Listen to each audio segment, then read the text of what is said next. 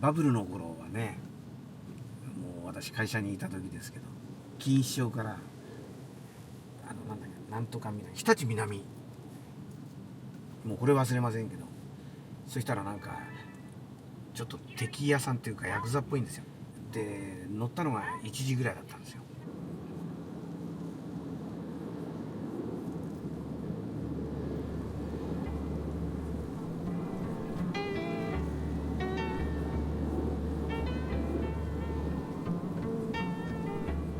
運転手さん、明るくなるまで着くかってわけですよ。ようもう大丈夫じゃないですかって僕が30歳の時だった軽く言ったんですよ。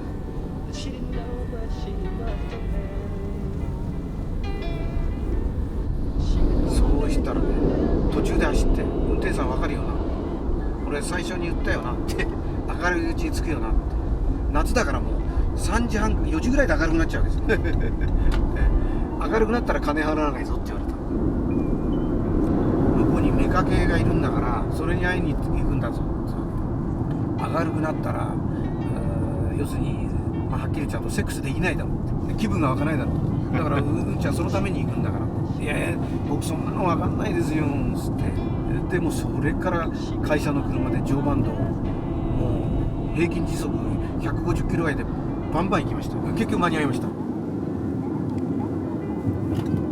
全部でね、で